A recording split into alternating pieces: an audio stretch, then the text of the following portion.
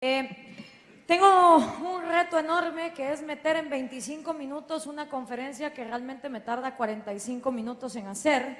Entonces, quiero saber en la audiencia quién se declara liberal o libertario, que levante la mano para yo poder saber. Ok, perfecto. Entonces, hay cosas en las que no tengo por qué redundar tanto, asumo que ustedes las entienden. Ese es el hashtag que estoy utilizando en mis conferencias, Rep versus Pop, que significa República versus Populismo. Si hay algo que les guste de esta conferencia, alguna idea, alguna frase que les haya gustado, los invito a participar en las redes sociales con este hashtag y la frase que les haya gustado. Esto me sirve a mí porque luego yo voy al timeline de Twitter y puedo encontrar entonces cuáles son las cosas que más le gustan a la audiencia y cuáles no.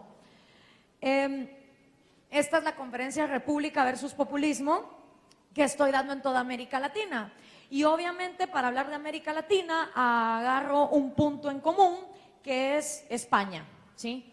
A nosotros nos cuentan en América Latina que la visión occidental del mundo, esta tradición judeocristiana, grecorromana, de valores como libertad, individualismo, derechos y propiedad privada, fue puesta en este continente gracias a España. Pues ¿saben qué? Yo no me lo trago. Yo no creo que España haya traído nada de esas cosas. Y hay otro autor que se llama José Ortega y Gasset, que escribió un libro que se llama El hombre masa, pero también escribió otro libro que se llama La España invertebrada, la España sin vértebras. Y él lo que hace es que se va a la España del siglo XV y del siglo XIV para descubrir que España verdaderamente era un desastre, un desorden feudal donde no existía ni libertad, ni individualismo, ni propiedad privada, ni respeto por ninguno de esos derechos.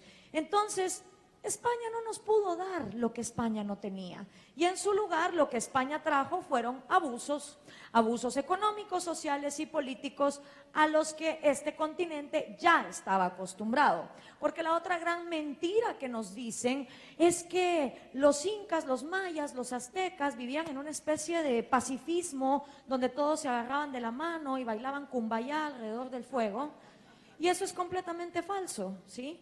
Las civilizaciones incas, mayas y aztecas eran racistas, eran clasistas, eran elitistas y tenían a una élite que se beneficiaba económicamente de la gente que sí trabajaba. Entonces, para los españoles, como Hernán Cortés o como Francisco Pizarro, fue muy fácil patear la cabeza del líder azteca y del líder inca y ponerse ellos en su lugar. La gente ya estaba acostumbrada a ser aplastada y, por supuesto, a no tener derechos. Luego hay otro autor que se llama Álvaro Vargas Llosa, él es el hijo de Mario Vargas Llosa, y él escribió un libro que se llama Rumbo a la Libertad para América Latina. Álvaro está obsesionado con la idea de que nosotros estamos oprimidos psicológicamente en América Latina. Por cierto, estoy hablando más rápido que de costumbre porque asumo que tienen traductor, ¿sí? ¿Sí se está entendiendo? Espero que sí. Ok, buenísimo. Entonces, Álvaro encuentra que hay 5 signos de opresión y que estos signos de opresión han sido como Bruce Willis en aquella su película Die Hard o Duros de Matar, porque estos signos de opresión han sobrevivido todas las épocas históricas de América Latina, desde la América precolombina, la conquista, la independencia, la Latinoamérica del siglo XVII y XIX, y el siglo XX, que fue llamado el siglo del pueblo. Y entonces México hizo una revolución en 1910, y entonces Cuba hizo otra en 1959, y ahí el Che se volvió el pop star del resto de América Latina, y todos los demás países sucumbimos en guerrillas marxistas. Perú con el APRA, Guatemala, Nicaragua, El Salvador, incluso Uruguay, de donde salió Mujica, de ese tipo de guerrilla.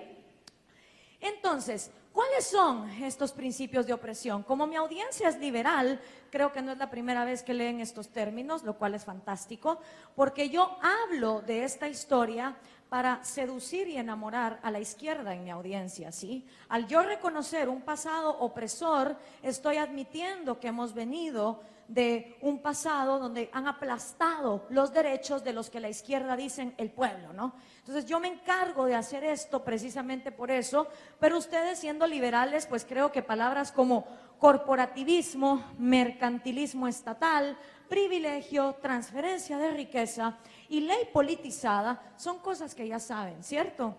Pero las vamos a ver rapidito, porque como son liberales, yo lo que les voy a dar es tips para que aprendamos a hablarle al pueblo y no dejemos que solo los populistas le puedan hablar al pueblo. Entonces, tip número 1, corporativismo. Es una noción donde el Estado tiene una visión corporativa, ¿sí? En América Latina hemos aprendido que como individuos no llegamos a nada y que si queremos derechos nos tenemos que agrupar. Entonces hemos tenido grupos de todo tipo. Gremios de empresarios, de artesanos, de trabajadores, sindicatos, maestros. Como individuos no valemos, entonces tenemos que aliarnos al mejor club. Y entonces hemos tenido clubes y los que más bulla hacen y los que mejor se organizan son los que más obtienen del Estado. ¿Qué ha hecho esto? Que los derechos de propiedad privada sean a discreción. Por ejemplo, en mi país, Guatemala, 40% de indígenas, los indígenas tenían prohibido tener propiedad privada entrado el siglo XX. Luego nos preguntamos que por qué los indígenas no saben ahorrar, no saben de hacer negocios, no saben de propiedad. Lógico, si nunca los habíamos dejado tener propiedad. Subida de impuestos constantes, expropiaciones y el maravilloso sistema de encomiendas, ¿no? Porque a diferencia de Brasil, donde la esclavitud sí se permitió, en América Latina fue, no, esclavizar indígenas es muy malo, mejor hagamos encomienda, que era básicamente lo mismo, agarrar un español, darle una hacienda, darle unos 200 indios, que los cristianizara, les diera trabajo, con el único problemita de que les pagaba con una moneda que solo era intercambiable en la tienda de la hacienda. Entonces a fin de mes el indio paraba debiendo más dinero del que se había ganado. Segundo, mercantilismo estatal. ¿Cuántos de nosotros liberales no hemos escuchado decir que el problema de América Latina es el capitalismo salvaje, explotador de los burgueses inhumanos sin corazón? Yo. ¿Sí? Pero realmente, si nos vamos a la definición de capitalismo, tanto de Marx como de Adam Smith, capitalismo es libre mercado, señores. Y pregunto yo, ¿cuándo ha habido libre mercado en América Latina? Si yo quiero venir a poner una cafetería a Brasil, resulta que no puedo porque le tengo que pagar dinero a mi gobierno y al de ustedes, ¿sí? Lo que ha habido en América Latina se llama mercantilismo estatal. Entonces, cuando dicen que la cultura occidental capitalista fue impuesta por España, mentira. España le tenía prohibida la entrada al Nuevo Mundo a judíos, alemanes, ingleses, árabes, franceses y cualquiera que no fuera español. Y todo lo que salía y entraba de las Indias era monopolizado en una oficinita allá en el puerto de Cádiz, cerca de Sevilla, que se llamaba el Consejo de las Indias. Entonces, ¿cuál libre mercado? ¿Cuál capitalismo? Lo que aquí ha habido es mercantilismo estatal, o sea, el que mejor se lleve con el Estado es el que negocios puede hacer. Siguiente, el privilegio. Otra cosa es, yo soy fan de la cultura comunista, eso que está ahí es el mural de Diego Rivera, esposo de Frida Kahlo, comunistas hasta el hueso, tuvieron en su casa hospedado a León Trotsky cuando Stalin lo quería matar. He ido a Budapest a ver las estatuas de Stalin y de Lenin que las tienen tiradas en un parqueo afuera de la ciudad. Tengo un reloj de Mao Zedong, tengo pósters soviéticos, porque me encanta comprar en el mercado capitalista souvenirs comunistas. No hay cosa que me dé más satisfacción que eso.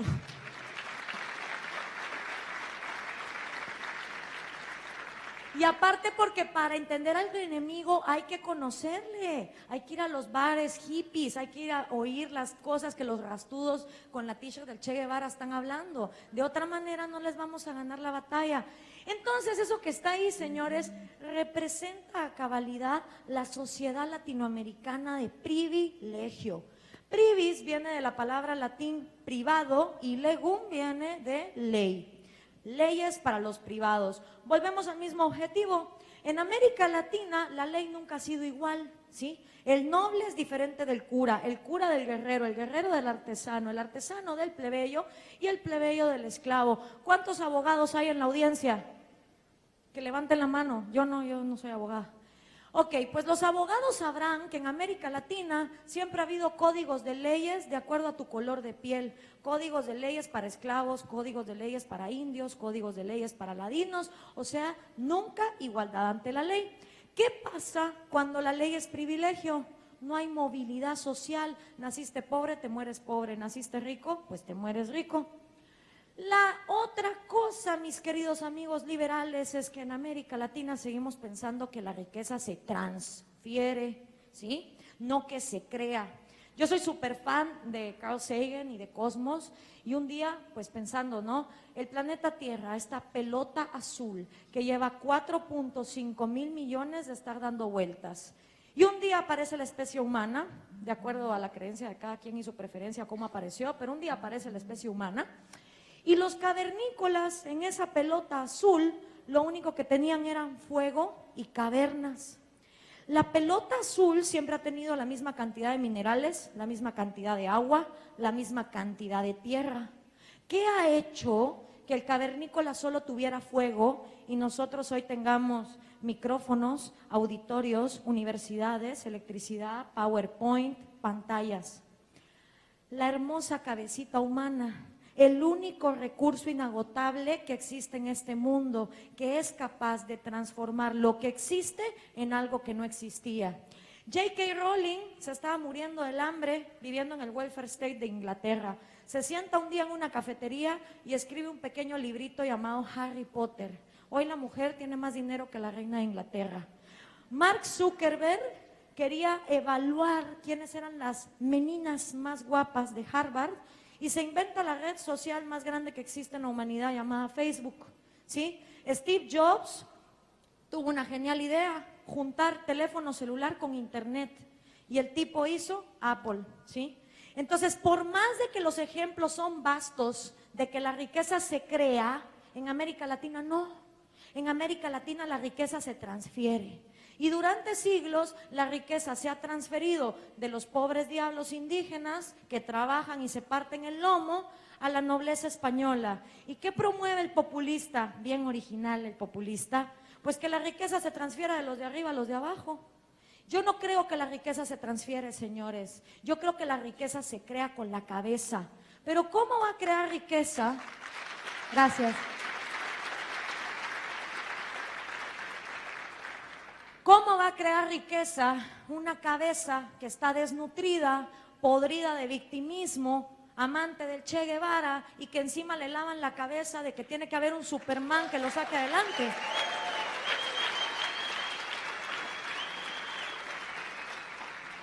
Luego, ley politizada, ¿sí? Aquí los que estudiaron derecho saben que en el mundo occidental hay dos versiones de la ley, el common law inglés y el positivismo francés. La diferencia básica es que el common law inglés dice que el juez es lo suficientemente inteligente como para discernir el bien del mal en cada caso que se le presente, ¿sí? Hay un juicio y ese juez es capaz de determinar castigo en ese momento. Eso es el common law. El positivismo francés dice, no, la ley es la ley, independientemente de la moral. Y entonces cuando un latinoamericano tiene que ir a sacar una licencia de conducir o cualquier trámite burocrático y le falta el papel número 585, el burócrata es incapaz de decir, no importa, se lo recibo igual. No, porque la ley es la ley. Y entonces tenemos robots en vez de seres pensantes, ¿no? Desgraciadamente, ese positivismo francés ha hecho que la ley sea lo que el dictador diga que es la ley, ¿sí? Y otra cosa, hasta el siglo XIX, solo el 2% podía decir leyes. Entonces, imagínense, es como que yo agarrara esta audiencia y les dijera que solo los de la primera fila pueden hacer leyes. Pues, ¿qué creen que va a pasar en 5 años? ¿Que estos de aquí enfrente van a legislar a su favor y se los van a fregar a todos los que están atrás? ¿Y van a poder hacer algo? No, porque la ley es la ley. ¿Y qué pasó cuando nos volvimos repúblicas? Nada. Centroamérica firmó su acta de independencia. Centroamérica, que somos Guatemala, El Salvador, Costa Rica, Honduras y Panamá. Bueno, Costa Rica cuando quiere y Panamá cuando le conviene. Pero Centroamérica, ¿no? Ese pedacito de tierra que no hay modo que nos unamos. Firmamos nuestra acta de independencia un 15 de septiembre de 1821, en papel sellante del rey Fernando VII de España. Ni nuestro propio papel pudimos ir a conseguir, pero eso no es lo peor. Firmamos la independencia bajo 3 condiciones. La primera, lealtad absoluta con la corona española. La segunda, solo la Iglesia Católica podía operar. Y la tercera, se mantiene el status quo de legislación por etnias y clases. Ah, qué bonito. Eso es como esas independencias de cuando los jóvenes se quieren ir de la casa, ¿no? Papá, me quiero ir de la casa, quiero mi apartamento, pero eso sí, págame la luz, el internet, el agua, la renta. Pues así cualquiera se independiza. Y entonces, si la ley no tiene por misión estarnos dividiendo por etnias o por clases, ¿cuál es la misión de la ley? Pues hay un autor que a mí me fascina, allá afuera está su libro, ojalá no quede ni uno porque está de gratis ahí en el Instituto Mises. El hombre se llamaba Federico Bastiat. Y yo les juro que si yo tuviera el DeLorean, que era el carro de Back to the Future, yo agarraría ese carro, me iría a Francia a 1830 a pedirle que se casara conmigo. El tipo vivió hasta los 49 años y escribió un libro tan corto como su vida que se llama La Ley. Y se los juro que es el mejor libro que a mí me ha podido explicar lo que la ley debe y no debe ser.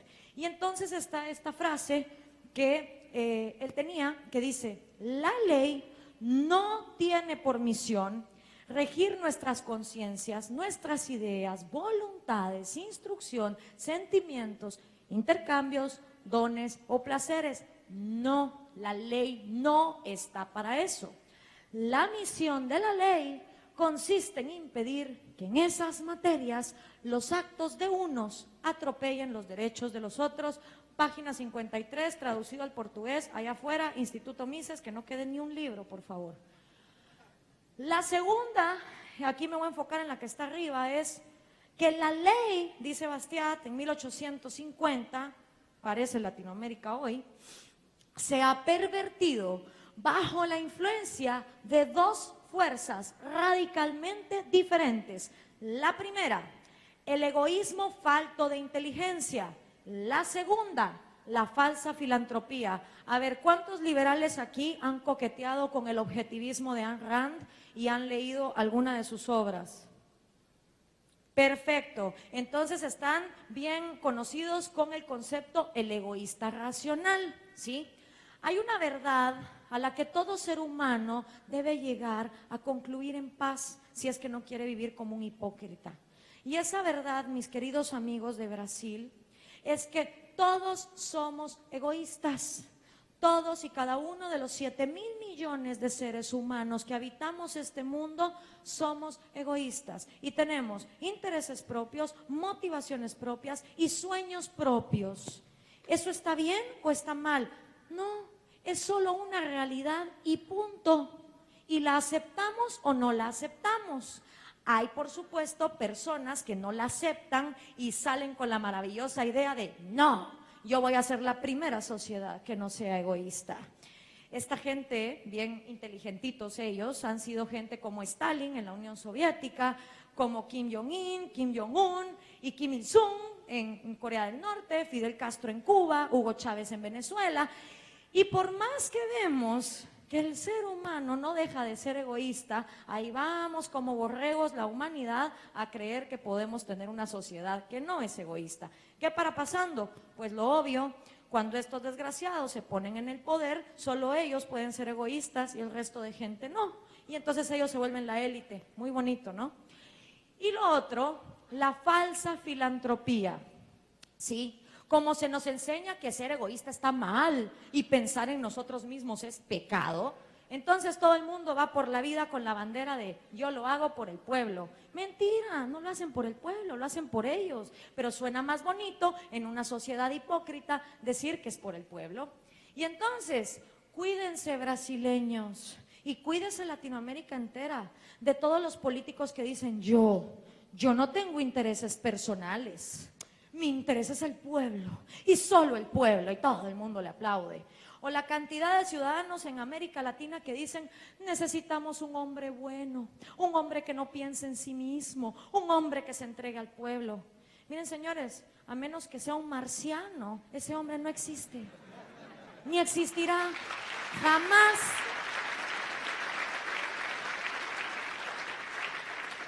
Y entonces, si todos los seres humanos somos egoístas, ¿por qué se pretende que los políticos no lo sean?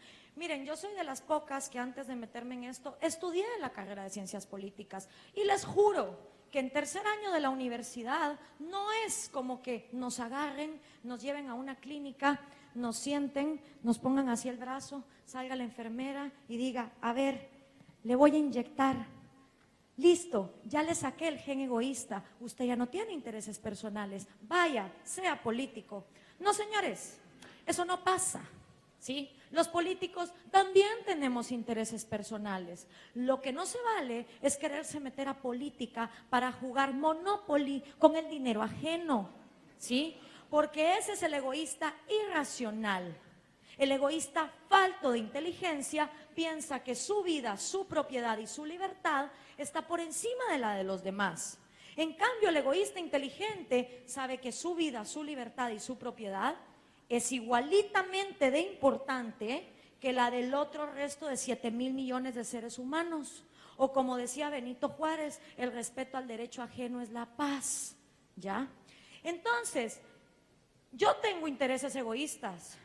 Aparte de que es bien bonito haber sido invitada por toda Latinoamérica, cuando en mi país, en lugar de alegrarse, hay mucha gente que me anda denigrando y me anda insultando porque saben que no estoy por allá para defenderme.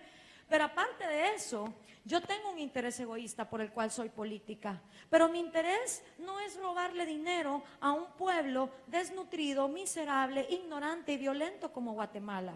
¿Saben por qué? Porque yo ya entendí que lo que yo me robo hoy como político es la violencia que mañana va a violar sexualmente a mi hija. Es la violencia que mañana va a asesinar a mi hijo. Y ni siquiera tengo hijos, ni siquiera tengo con quién tenerlos. Pero ya tengo la suficiente inteligencia como para saber que lo que te robas hoy es la violencia y la miseria de tu país mañana. Entonces, mi interés en la política no es robarle a un pueblo miserable. Mi interés en la política es que yo ya estoy cansada de vivir en un paraíso tropical como es Guatemala y no poder caminar 3 cuadras sin que venga un pobre a ponerme una pistola y quitarme el celular. Vivir en un país donde hay narcoviolencia, donde hay pandillas, donde no puedes ni caminar ni vivir en paz, donde toda la élite cree que polarizando sus carros y poniendo 80,000 guardaespaldas en sus torres fortalecidas, vive en paz. Es patético. Mi interés en la política es que yo quiero vivir en un país que progrese y que crezca, rodeada de artistas, publicistas, arquitectos, artesanos, gente que produzca y una juventud que no se sienta miserable, que no tenga baja autoestima. Y por eso estoy haciendo lo que estoy haciendo. Pero para hacer dinero, no, gracias, me va mejor en la empresa privada, donde tengo un programa de radio, un programa de televisión, trabajo en el movimiento cívico. Ese es el credo del movimiento cívico. Básicamente creemos en lo mismo que ustedes creen, la libertad, la república, la propiedad privada y el respeto a las instituciones con su debido control. Tómenle foto porque como tengo que meter 45 minutos en 20, pues tengo que ir un poco rápido. ¿Y por qué república versus populismo? Una cosa que yo dije en el video de Zaragoza es que la batalla entre derechas e izquierdas ya está obsoleta, ya está cansada. ¿Por qué? Porque un izquierdista intelectualmente honesto, incluso Galeano, que se acaba de morir y que dijo, qué vergüenza que escribí Las venas abiertas de América Latina, ¿sí? Un izquierdista intelectualmente honesto tiene que reconocer que la única forma de crear riqueza es a través del empleo. Y un derechista que ya entró en el siglo XXI y que ya se modernizó, tiene que reconocer que la sexualidad, la moral, las drogas y lo que sea es problema de cada quien. Él no está para ser la autoridad moral del universo.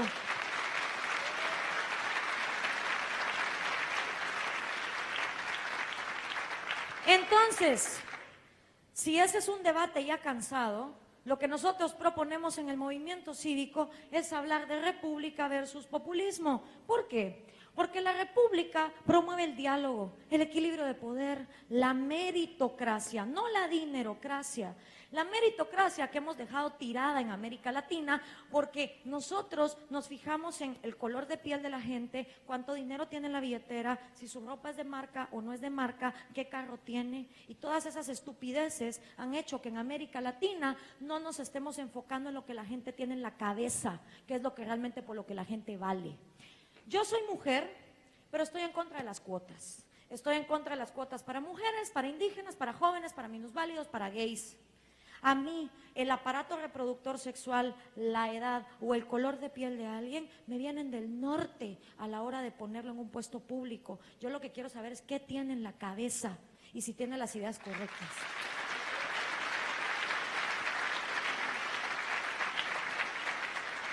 Luego, ciudadanos empoderados. Una república no funciona con ciudadanos borregos que dicen amén a todo lo que el populista dice. Vida, libertad y propiedad como los 3 derechos principales y el individuo como la minoría más pequeña. ¿Y el populismo? No. El populismo le vale madres el diálogo, lo que busca es manipular. Si un día sale Maduro y dice que Hugo Chávez le habló en la forma de un pajarito, el pueblo de Venezuela tiene que decir amén, sí, es verdad. Cero racionalidad.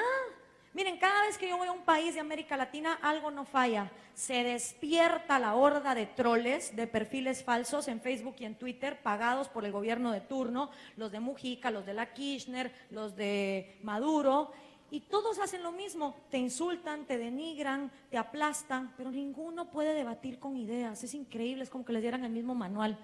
Luego, corrupción permitida y, por supuesto, cero institucionalidad.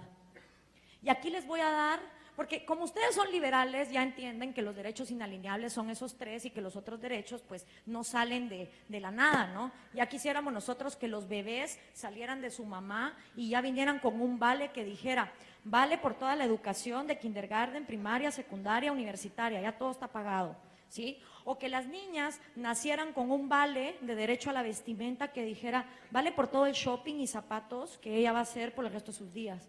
Sería maravilloso que los bebés nacieran con todos esos tickets y que ya todo estuviera pagado. Pero no, señores, vivimos en un mundo escaso, como nos dijo Mises y nos dijo Hayek y nos dijo Friedman, ¿sí? Donde para tener las cosas alguien las tiene que producir. Y la mejor forma que hemos encontrado de que la gente las produzca es dándoles dinerito. ¿Por qué? Porque el dinero es emancipador, es un pedazo de papel. Luego cada quien decide si se lo gasta, si lo ahorra, si lo invierte, si se lo emborracha, lo que quiera. ¿Ya? Y aquí les voy a dar otro consejo, mis queridos amigos, porque como dicen que nosotros somos los que no tenemos corazón, somos unos malditos explotadores, que qué nos importa el pobre, pues yo he encontrado una manera muy bonita de hacer entender el concepto de propiedad privada. Y es que nacemos con nuestras 2 primeras propiedades privadas, fíjense. Nuestra primera propiedad es nuestro cuerpo. El cuerpo que tenemos, y nosotros decidimos si ese cuerpo lo engordamos, lo adelgazamos, le damos ejercicio, le damos alcohol, ¿qué le metemos? ¿Sí? Sin cuerpo naceríamos como una masa amorfa que no puede ver, que no puede oler, que no puede hablar, ¿sí? Nuestro cuerpo es nuestro principal vehículo para viajar, para producir, para trabajar, para absorber la vida. Y nuestra segunda propiedad privada es nuestra hermosa mente, señores.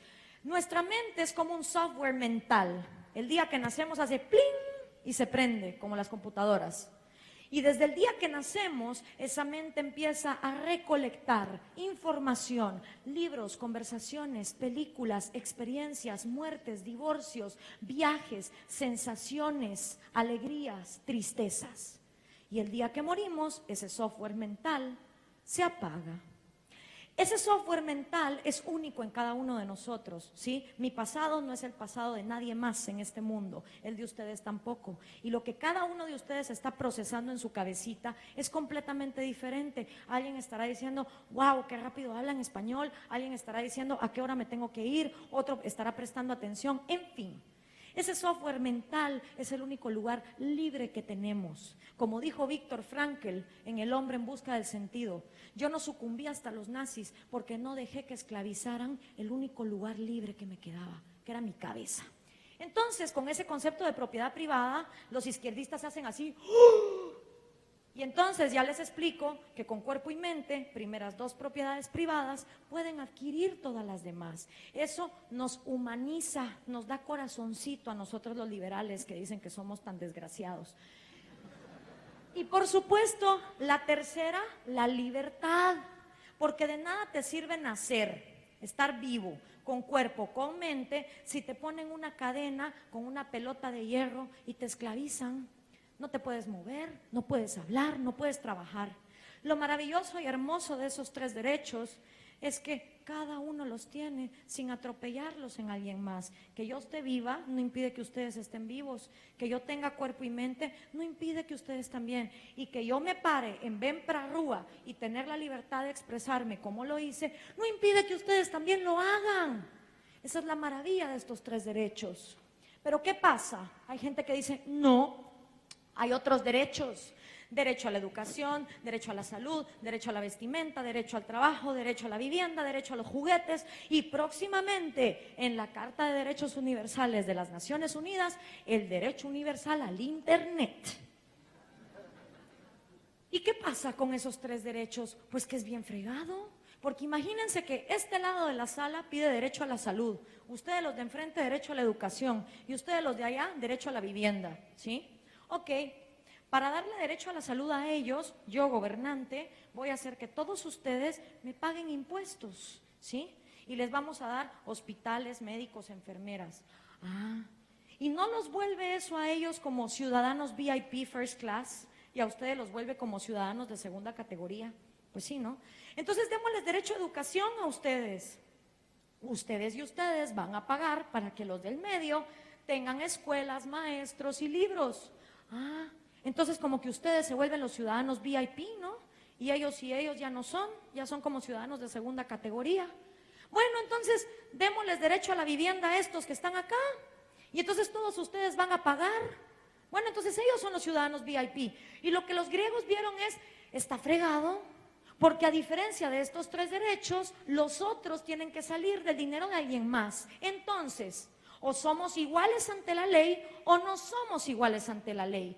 Si no somos iguales ante la ley, tengamos la lista de Santa Claus de derechos y metamos todos los que queramos. Pero si vamos a ser iguales ante la ley, esos son los tres derechos. Y si a cada individuo en América Latina se le garantizara vida, propiedad y libertad, cada uno empoderadamente pudiera ir tras la educación que le dé la gana, la salud que mejor prefiera y la casa que más le guste, en lugar de estar esperando que Super Chávez o Super Maduro o Super Correa les vengan a salvar la vida.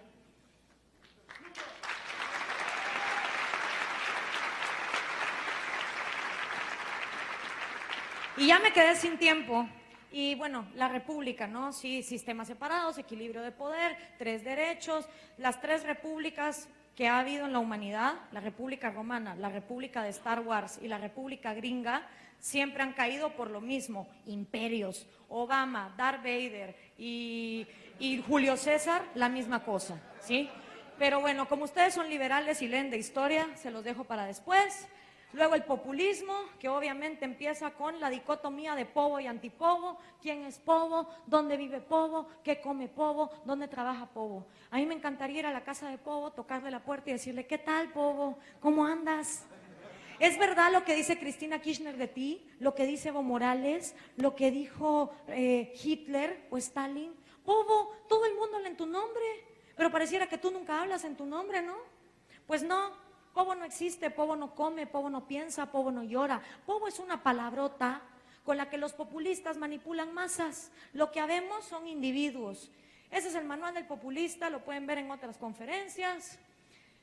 Y la última que yo hago es una referencia que también nos sirve a los liberales, porque lo que los liberales sí tenemos que aprender de los populistas es el lenguaje en el que hablan, señores. Si nos quedamos en la macroeconomía, el PIB, el esto, el otro y el más allá, nos van a seguir ganando la batalla. Entonces, o buscamos buenos ejemplos o vamos a seguir teniendo populistas. Entonces gracias, pero no me aplaudan que se me acaba el tiempo.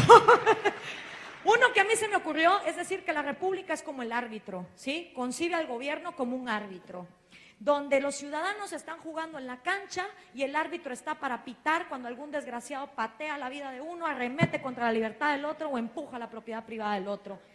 El populista no. Para el populista el gobierno es árbitro, delantero, portero, defensa, pateador, público que está sentado en el estadio, dueño del estadio y la policía que hay en el estadio. ¿Y cómo hace el populista para pasar de árbitro a todo? Con el manual que pueden ver en otra ocasión. La gasolina del populismo obviamente es la corrupción. Petróleos de Venezuela no entrega un estado financiero desde el 2003. Nadie sabe cuánto dinero le ha dado a Ecuador, a Bolivia, a Cuba. Nadie sabe. Desorden fiscal, que haya dinero para todo, ¿no? Y otra que les sirve también a los liberales para explicar por qué los individuos somos la minoría más pequeña. Pues miren, yo un día, porque me choca eso de las minorías, ¿no? Los colectivos. Pues no. La minoría más pequeña es el individuo. Ahora, ¿cómo se lo explico al izquierdista? Pues entonces, pensando en el cubo de Rubik, me inventé el Republics Cubo. Y el Republics Cubo explica que todos somos minoría. Ahí hay 5 categorías: sexualidad, creencia, música, ideología y continente donde naciste. El cubo pudiera tener 200 categorías. Si cada uno de ustedes busca su preferencia, se va a dar cuenta que al final va a tener una línea de colores única por cada uno de ustedes. Entonces, todos somos minoría por algo, por tener o no tener pelo, por ser altos, por ser bajos, por ser brasileños, por ser chilenos, pero en algo todos somos minoría. Entonces, esos que dicen que en nombre del pueblo vamos a aplastar al individuo son unos hipócritas. No se puede respetar a ninguna minoría si no empezamos por la principal, que es el individuo.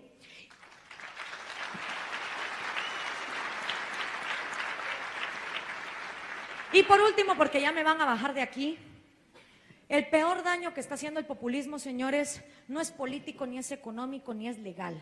El peor daño que está haciendo el populismo, señores, es psicológico y es mental. Y nos está dejando con generaciones de jóvenes que no se sienten dueños de sí mismos, que tienen una pésima autoestima y que creen que no pueden salvar ni siquiera sus propias vidas. Y como no cambiemos de mentalidad, Latinoamérica no se va a salvar. El problema de Latinoamérica no es genético. Yo no soy nazi, como mucha gente en este continente que dice que es que como hay indios y los indios son tontos, entonces somos pobres. No, vamos a ver.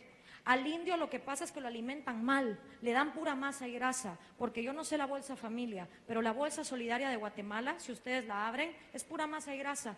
1 kilo de frijol, 1 kilo de arroz, 1 kilo de harina para hacer tortillas y una botella de aceite. Esa no es comida para un niño.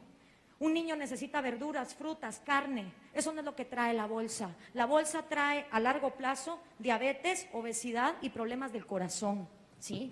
Entonces una población que no está bien alimentada, pues tampoco puede pensar. Y segundo, tampoco me trago esa otra teoría climática que dice que como somos tropicales, somos haraganes o perezosos. ¿Han oído esa?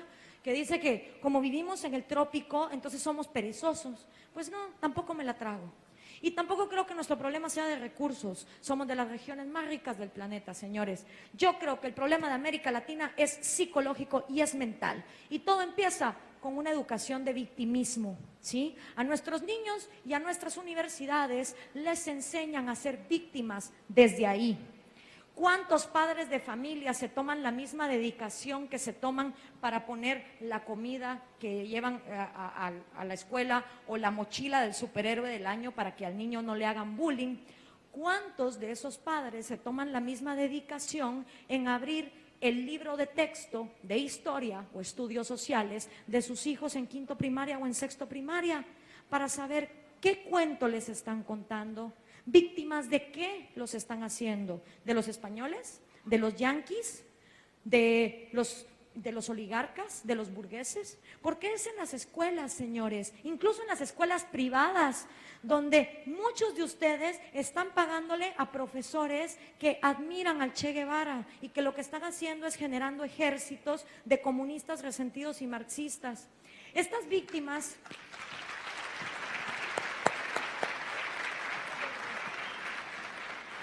Estas víctimas crecen con baja autoestima y la gente con baja autoestima no se siente segura de sí misma.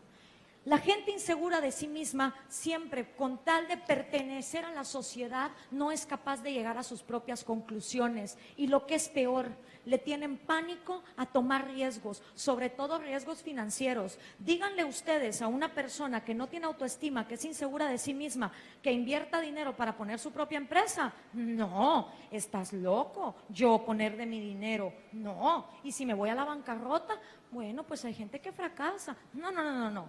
Entonces esa gente que no quiere tomar riesgos financieros, igual quiere ser millonaria, igual quieren las mujeres, las casas, los autos. Entonces, un día voltean a ver al gobierno y tin, tin, tin, se les prenden los ojitos como las máquinas de casino de Las Vegas y dicen, perfecto, me tiro de político y sin tomar riesgos agarro el dinero del pueblo. Y con el dinero del pueblo pongo mi empresa de telefonía, de aerolíneas, de hoteles, de lo que sea. Pero claro, hay un pequeño detalle. ¿Cómo convenzo a todo el mundo que vote por mí? Porque imagínense, y con esta termino, que ahorita por acá entra el próximo candidato a la presidencia de Brasil, ¿no? Y entonces, señores de Brasil, yo vengo a postularme como el próximo candidato a la presidencia de su país. La verdad es que yo fui educado como víctima, pienso que la culpa de todo en este país es de los yanquis. Y aparte tengo baja autoestima, soy inseguro de mí mismo y le tengo un pánico a tomar riesgos terrible. Entonces decidí que para poder poner mi empresa y ser millonario, lo único que tengo que hacer es que todos ustedes voten por mí. No se preocupen, ni cuenta se van a dar. Como son más de 200 brasileños, le quito a cada uno solo un poquito y ni cuenta se van a dar. Así que por favor, voten por mí. Pues no, ¿verdad? Si viniera un desgraciado a decirles eso, nadie vota por él. Entonces el plan hay que esconderlo. ¿Y cómo lo escondemos? Con populismo, mis hermanos, prometiendo todas las cosas que después nadie cumple. Y me tengo que callar ya porque pues ya se me acabó el tiempo, pero los quiero dejar con esto. Sí es posible construir la república soñada cuando al fin rompamos los complejos de inferioridad que hasta ahora nos han mantenido atados a proyectos políticos mediocres. El camino empieza por asumir con responsabilidad el compromiso cívico que nace de nuestra condición de hombres y mujeres libres. Muchísimas gracias.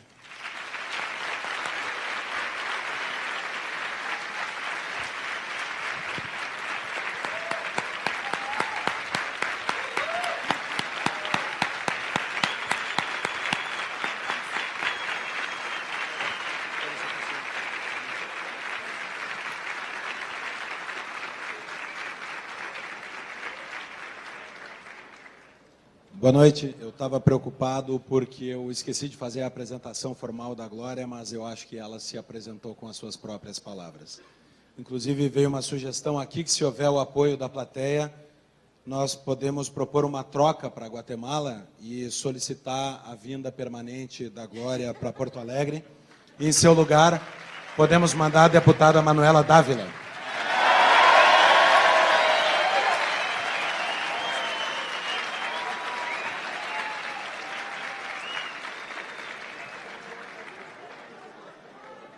Glória, obrigado pelas tuas palavras. Face ao tempo adiantado da hora, temos um painel e um compromisso com a pontualidade.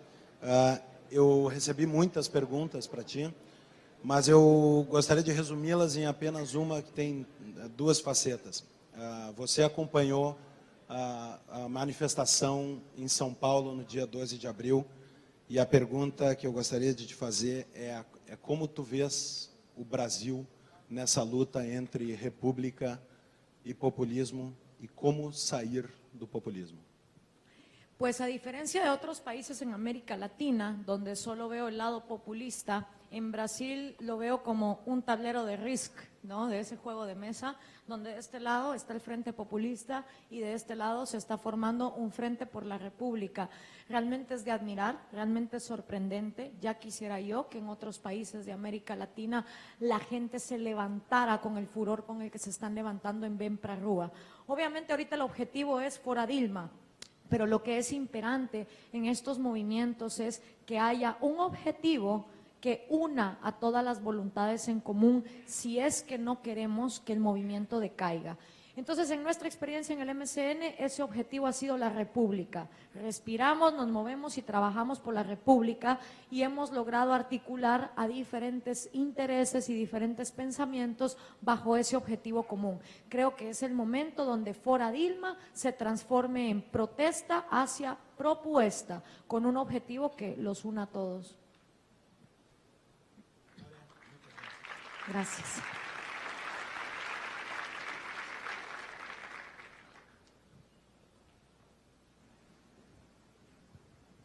Muito obrigado, painelista, ao mediador. Podemos aplaudir de novo, vi que começou um aplausinho tímido, não tem problema, nunca é demais.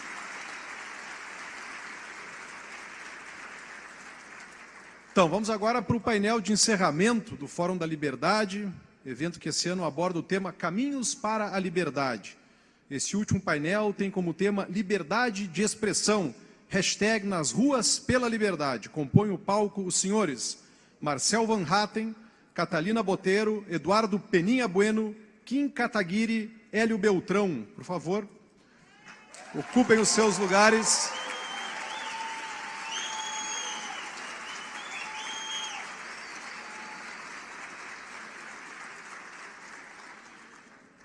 Previsão de duração, 1h30. As regras são as mesmas, que vêm sendo seguidas até aqui. E a partir desse momento, então, eu passo a condução dos trabalhos ao mediador Hélio Beltrão, fundador, presidente do Instituto Mises Brasil.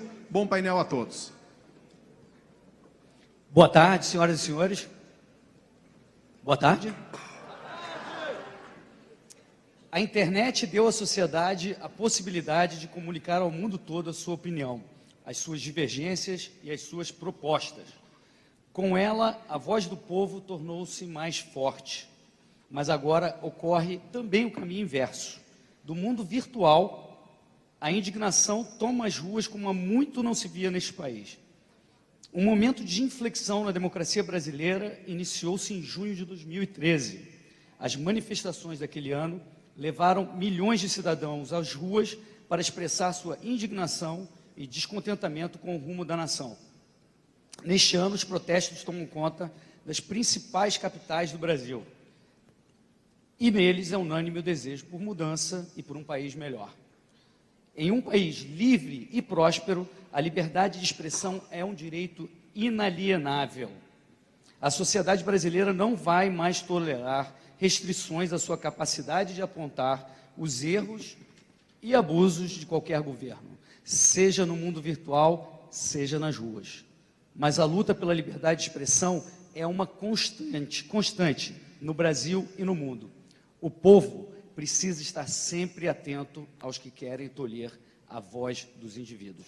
A liberdade de expressão e de livre manifestação é o tema central deste painel. Para iniciar o debate, ouviremos inicialmente a senhora Catalina Bottero.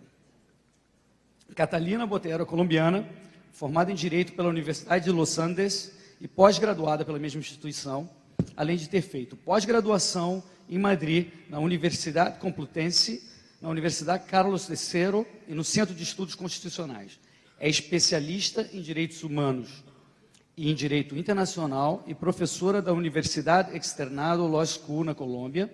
Foi relatora especial da liberdade de expressão da Comissão Interamericana de Direitos Humanos da Organização dos Estados Americanos, de 2008 a 2014. É advogada e trabalhou como acting magistrado e auxiliar do magistrado no Tribunal Constitucional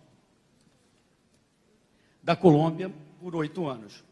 Atuou como consultora para o gabinete do Procurador-Geral da Nação, como diretora nacional do Instituto para a Promoção dos Direitos Humanos da Colômbia, além de ser professora e pesquisadora da Faculdade de Direito na Universidade de Los Andes e de outras universidades em diferentes países. Com a palavra, Catalina Bottero.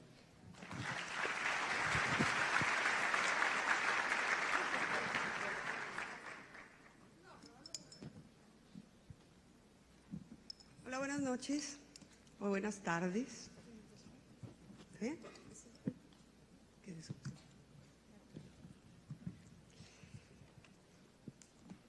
Voy a hablar de 3 temas, creo que tengo 15 minutos para después poder tener una discusión, de 3 temas básicos en materia de libertad de expresión. Y no estoy segura de que lo que voy a decir sea muy popular en este auditorio.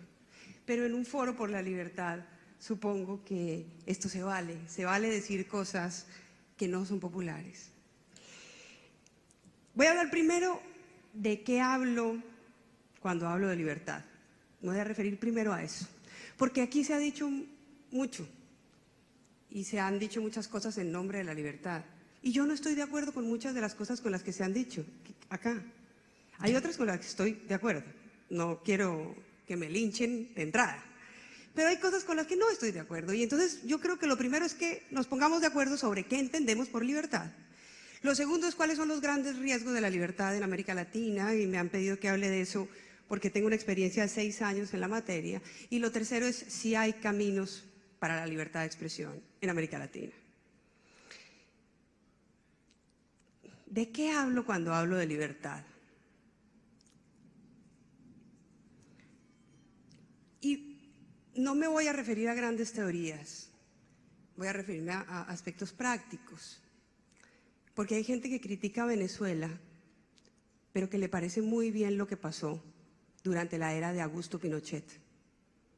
Hay gente que critica a Cuba, pero que nunca ha criticado el macartismo en los Estados Unidos, en donde condenaban a la gente por ser comunista. Es decir, por tener una creencia tan valiosa como la creencia liberal, o anarquista, o socialista. Una creencia. Bueno, cuando yo hablo de libertad, hablo del derecho que tienen todas las personas a tener su propia creencia y a la obligación que tenemos de defender ese derecho. No el derecho de defender a quienes piensan como nosotros, la obligación de defender a quienes no piensan como nosotros. Yo estuve durante 6 años en la Relatoría Especial para la Libertad de Expresión de la Comisión Interamericana de Derechos Humanos, que es una organización que está en Washington y que tiene como misión vigilar la libertad de expresión en toda la región. Y fui objeto de durísimas críticas del presidente Chávez, de Maduro, de Correa. Salían en televisión insultándome. Intentaron 3 asambleas generales cerrar mi oficina, porque yo decía que en esos países no había garantías para el ejercicio de la libertad de expresión. ¿Pero porque estaba en desacuerdo con las políticas de esos presidentes? No. Porque no había garantías para el ejercicio de la libertad de expresión, como no las había en Panamá durante el señor Martinelli, que era derecha. Como difícilmente yo puedo sostener que hoy en Guatemala hay garantías para el ejercicio de la libertad de expresión. Entonces creo que la libertad de expresión, cuando hablamos de libertad en mayúsculas y universal. De eso hablo yo cuando hablo de libertad. Del derecho que tengo a pararme aquí y a no estar de acuerdo con lo que muchas de las personas expusieron, y a que muchos de ustedes no estén de acuerdo con lo que yo digo, y a poderlo dirimir con respeto, utilizando las mejores razones, los mejores argumentos, y no sacrificando al otro y convirtiéndolo en mi enemigo y volviéndolo en ese otro que hay que excluir de la esfera pública. De eso hablo cuando hablo de libertad. Ahora, ¿cuáles son los grandes desafíos de la libertad de expresión entendida así en América Latina? Hay muchos, pero yo creo que hay 2 que son básicos. El primero es el crimen organizado y el segundo es el autoritarismo de Estado. El crimen organizado es una gran holding de pequeños carteles que operan en toda la región, desde Punta del Este, desde la Patagonia hasta el norte del continente. El crimen organizado hoy no es solo el narcotráfico, es el cartel de las contrataciones, es el tráfico de personas, es el contrabando, y están asociados en pequeños carteles que tienen una política comunicativa, cuya misión fundamental es silenciar sobre todo a la prensa crítica. El crimen organizado hoy en la región opera en 3 contextos. El contexto de autoridades débiles, con instituciones incapaces de proteger a la prensa y a quienes defienden el modelo democrático. Instituciones cooptadas por ese crimen organizado. El crimen organizado sabe cómo cooptar instituciones estatales, y de eso sabemos mucho en Colombia y Lamentablemente en países como México y otros países se están aprendiendo muy rápidamente lo que significa la cooptación del Estado por parte de la criminalidad, de la macrocriminalidad. Y en tercer lugar, que a mí me parece tan peligroso para la libertad de expresión como las otras dos circunstancias, instituciones que salen a luchar contra el crimen organizado con una mentalidad de guerra, absolutamente iliberal, que propone que el que piensa distinto es el enemigo y que hay que aniquilarlo. La fuerza pública, por ejemplo, que sale a luchar contra la criminalidad organizada en Centroamérica o en México, pero que tiene la mentalidad de los ejércitos de la guerra entre naciones. Y por lo tanto, si hay un periodista crítico que está denunciando abusos de derechos humanos o tortura en esa lucha, en ese rescate por la seguridad, inmediatamente lo identifican con el enemigo. Eso pasó en Colombia. En Colombia la lucha contra la guerrilla, los periodistas que entrevistaban víctimas o que simplemente no estaban de acuerdo, denunciaban abusos de la fuerza pública identificados con terroristas. Esos periodistas estaban haciendo su trabajo. Estaban contándole a la sociedad colombiana lo que pasaba y eran inmediatamente estigmatizados. Pero esas políticas de seguridad además llegan hasta el punto, hasta el extremo de proponerle a las sociedades asustadas políticas de seguridad que no son eficaces en la lucha por el rescate de la seguridad, pero que tranquilizan a la gente y que terminan convirtiéndose en políticas de espionaje peligrosísimas para el desarrollo de una sociedad abierta.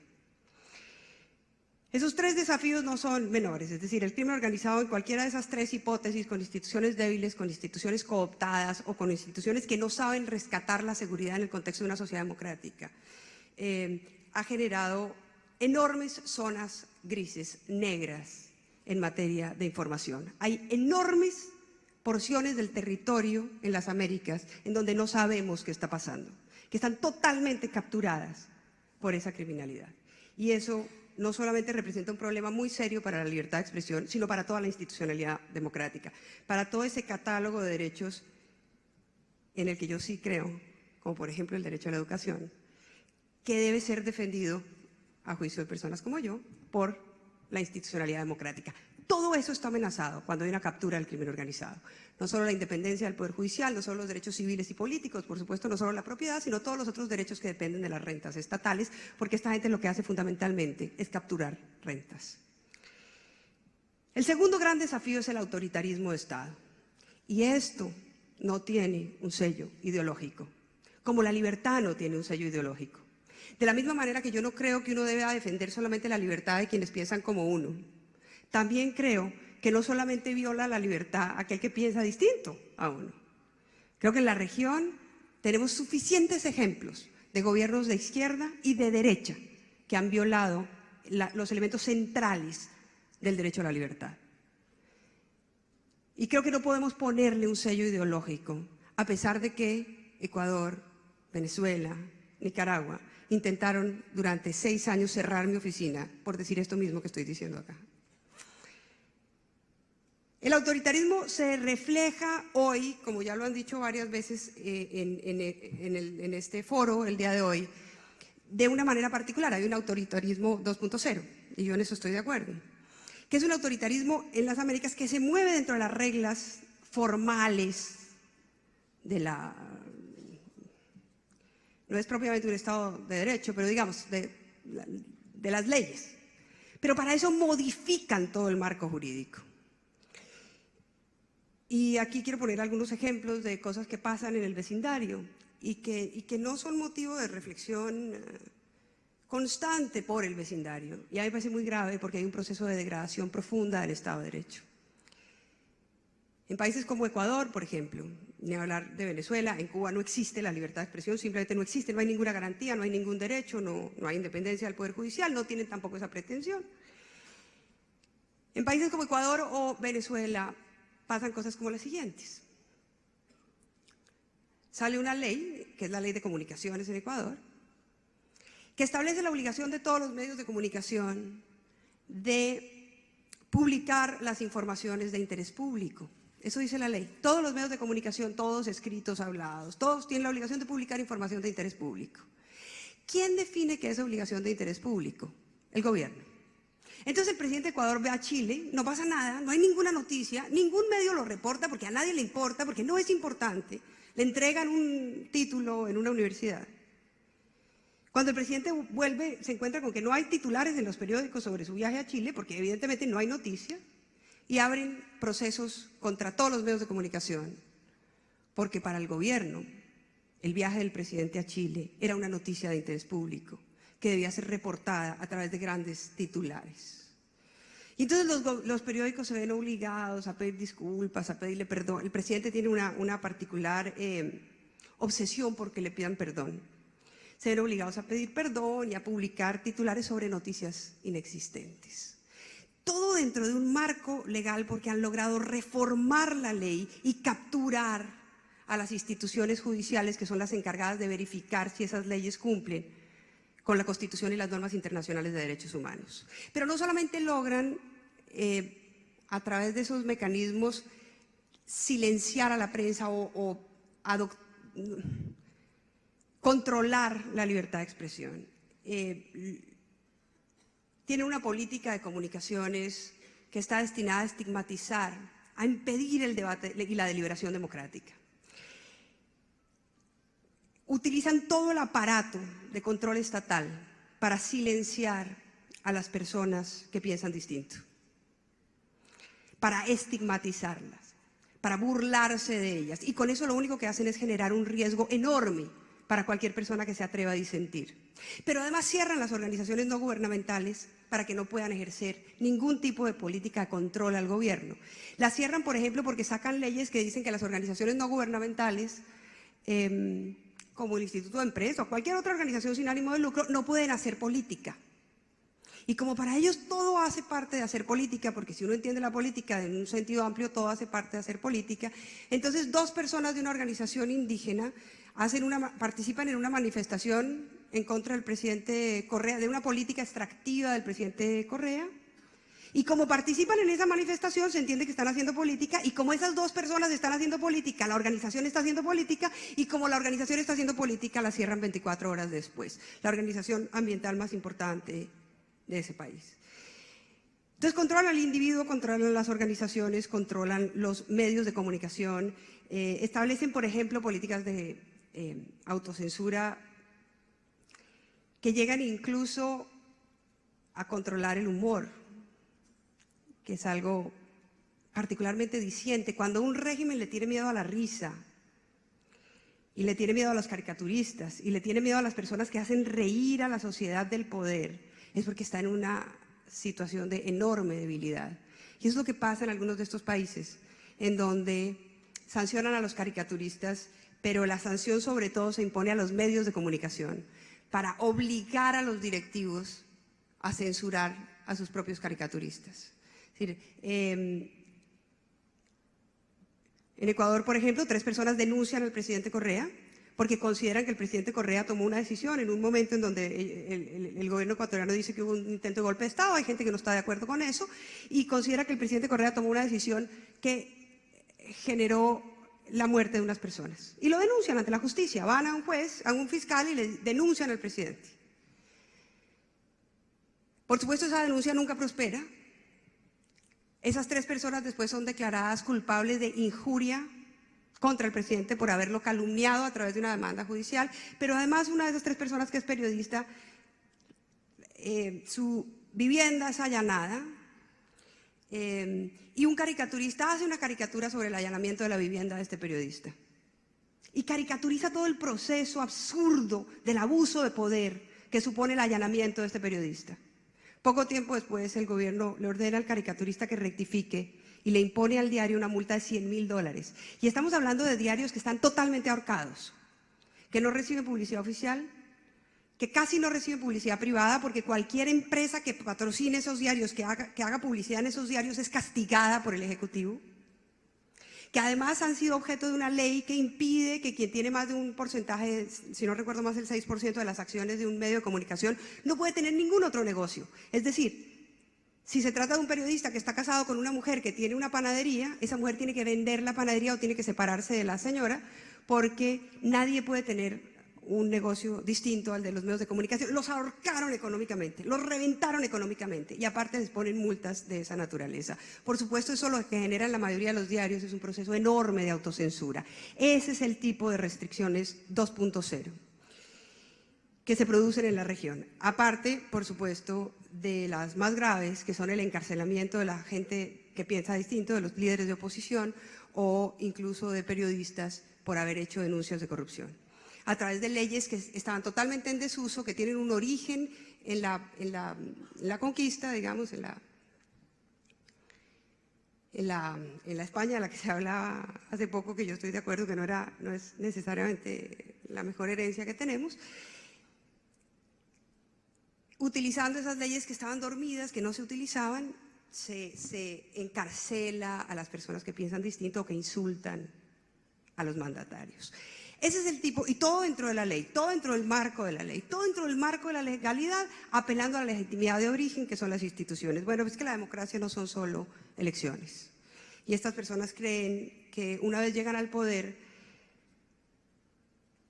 pueden hacer lo que quieran como si la democracia fuera un juego de suma cero, en donde el que gana se lo lleva todo. Y la democracia no es un juego de suma cero desde hace mucho tiempo. La democracia es un régimen en el cual hay unas minorías, y yo sí creo en las minorías, hay unas minorías que tienen unos derechos que no pueden ser desconocidos por las mayorías, así tengan el 99% de la votación. ¿Qué se puede hacer con eso? Y me tardo un minuto en responder si hay algo que yo creo que se puede hacer como un camino de libertad. Y creo que sí, creo que por lo menos quiero mencionar dos cosas. La primera es no caer en las redes de ningún fanatismo. Ese es el primer llamado. No hay fanatismo bueno, ni de derecha ni de izquierda, de ninguna naturaleza. Tenemos que ser capaces de deliberar con las mejores razones con la gente que piensa distinto. No son nuestros enemigos, somos todos seres humanos y tenemos que ser capaces de dar buenas razones, y si no tenemos buenas razones, entonces tenemos que ser capaces de aceptar que nos han convencido. Y por eso es que hay que defender una prensa libre y plural, en donde estén todas las posiciones posibles para poder someter a esa crítica ácida nuestras propias convicciones. Porque solo así yo creo que podemos heredar una mejor región a las futuras generaciones. Yo creo que eso es lo que fortalece una verdadera cultura democrática, y no ningún fanatismo, ninguno, de ninguna naturaleza. No frases efectistas, vacías, no, discusiones con argumentos, respetuosas y tolerantes. Ese es el primer llamado. Y el segundo es castigar a nuestros gobiernos cuando no dicen nada respecto de los vecinos que están destruyendo las garantías para que esas discusiones y esas deliberaciones en libertad, en sociedades abiertas, se puedan llevar a cabo. Cuando los vecinos están destrozando el Estado de Derecho, encarcelando a la oposición, cuando no han hecho absolutamente nada para garantizar la libertad de expresión y están copando la esfera pública, los gobiernos que nosotros elegimos tienen que ser capaces de decir algo.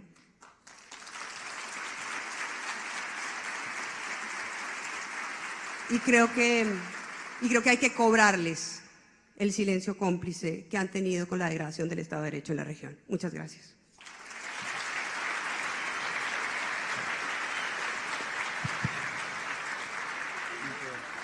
Agradecemos a participação inicial da painelista Catalina Botero no painel de encerramento do 28º Fórum da Liberdade.